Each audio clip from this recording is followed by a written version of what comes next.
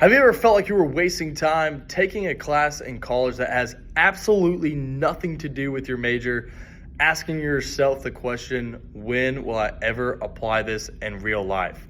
A report from Wiley, an academic publishing company, reveals that 55% of all undergraduate students are having trouble staying engaged or interested in the classes that they are taking. Now, I believe that the core curriculum for all college students, regardless of your major, can be structured to be more efficient and relevant for each person. Now, there are three main benefits to discuss regarding this proposition, and at the end of the day, it all comes down to efficiency. Cutting or even just restructuring general education classes leads to better efficiency in cost, and the time it takes to graduate, the overall aptitude of each student within their respective classes. First, we will cover the problems found in general education curriculum. Second, we will discuss the possible benefits that could make a change in curriculum. And then finally, we will look at universities that are adapting new methods in today's world. Now, let's start by addressing the problem and how it's affected the overall student population across not only the country, but the world in general. Now, according to the Michigan Journal of Economics, in the United Kingdom, an undergraduate education only takes 3 years to complete due to the lack of these extensive general education requirements, and that these students within their 3 years are taking a vast majority of the courses within their major. Now, this goes for the majority of Europe as a whole as well. And with the State Council for Higher Education for the state of Virginia reporting that college tuition rates will continue to increase by 6%, which is easily outpacing inflation rates, this already puts United States American college students at a disadvantage financially. Now, furthermore, an additional year in undergraduate students taking 4 years instead of what is in Europe 3 years already puts you at a lack of the opportunity in work experience and overall compensation that you could receive from that year in work experience. Now, finally, factoring in the importance of your GPA when it comes to starting to apply for jobs, meeting with future possible employers. I personally would not want my success in the classroom and me possibly getting a job and then looking at my GPA to be contingent on how well I did in classes that I have nothing to do with, that I have no interest in, that is not related to my field. So now that we've kind of discussed some of the many flaws that are found in general education, let's move on to the potential long-term benefits that we could see found in a curriculum change. So as stated previously, restructuring class requirements in college is going to allow for overall efficiency. Now, first, in cutting out unnecessary classes, it gives you the opportunity to graduate faster. So one, you're saving money, and two, you're being able to get more work experience pretty quick. So the Weekly Ringer goes on to report that student debt is at an all-time high of $1.2 trillion. Now, this change in having a curricular curriculum and graduating faster will be able to cut away at that number almost immediately for all students across the country. Now, secondly, according to the LSA college requirement, now this is specific to the University of Michigan, one must accumulate 120 credits to graduate. So this is estimated within those 120 credits, 50 to 60 of them is just to fulfill one's general education requirement. So we could see pretty quick that this compromises almost half of the credits and half of the time that it may take to graduate. To quote the Michigan Journal of Economics, and when I read this quote, this was kind of one of my favorite things that I heard, and something I think is pretty true, is that this general education system will make you a jack of all trades and a master of none.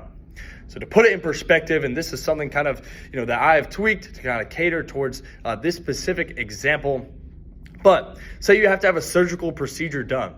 Would you rather have it done by a doctor that took more classes related to his specific field of study and his practice, that also has more work experience because he was able to graduate earlier and get into the workforce within the medical world? Or would you rather have your surgical procedure done by a doctor who is lacking that extra year in the workforce and also had to otherwise spend his time going there and to university and studying something like geology, which is the study of rocks.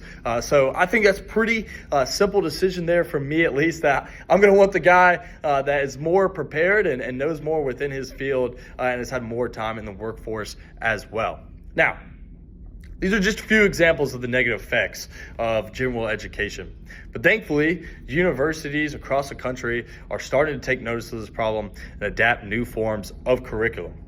Universities like Howard and Johns Hopkins have recognized this disconnection between students and are taking classes that they don't feel are relevant and kind of recognizing the problem and how that is not ending up to compute in the workforce once they graduate.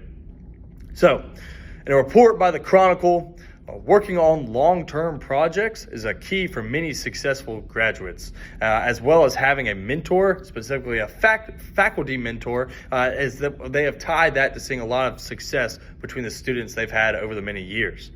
So that led to Johns Hopkins commissioning a new recommendation of an optional semester-long program, the faculty mentored project for their upperclassmen, juniors, and seniors to be able to pursue something within their study as their general education credits or replaces any of those classes that may not be relevant to their major. So similarly, Boston University has restructured their core curriculum to substitute out general education and bring in a program called XCC, which stands for Cross College Challenge. This allows students to take classes related to their major that tackles an actual problem within their nearby community. So for an example, for Boston University, for those on the pre-law to law track, they had a public defender professor come in and teach the class on how to better deal with your personal rights with law enforcement within the city of Boston. But that is just one of the examples. There are many across the country. As universities begin to become more increasingly flexible and creative in their catered curriculum, I'm sure we'll start to see a sense of positive change. So in conclusion of my persuasive speech, I do want to take this time to reflect on some of the main points that we have discussed. First off, there's obviously a clear major problem that students continue to face within the academic world, whether that be financially, through the lack of world experience, or the struggle to be engaged in non-relevant courses. These are all things that I've experienced in my personal life as a student. Now, that started all the way from freshman year, even to now in the college world as a junior. Now, secondly, I believe that the benefits of a restructured general education curriculum would not only serve the students' well-being, but society as a whole. Being able to have students that are more well-versed in their study, whether it's in medicine, law, education, engineering, so on and so forth.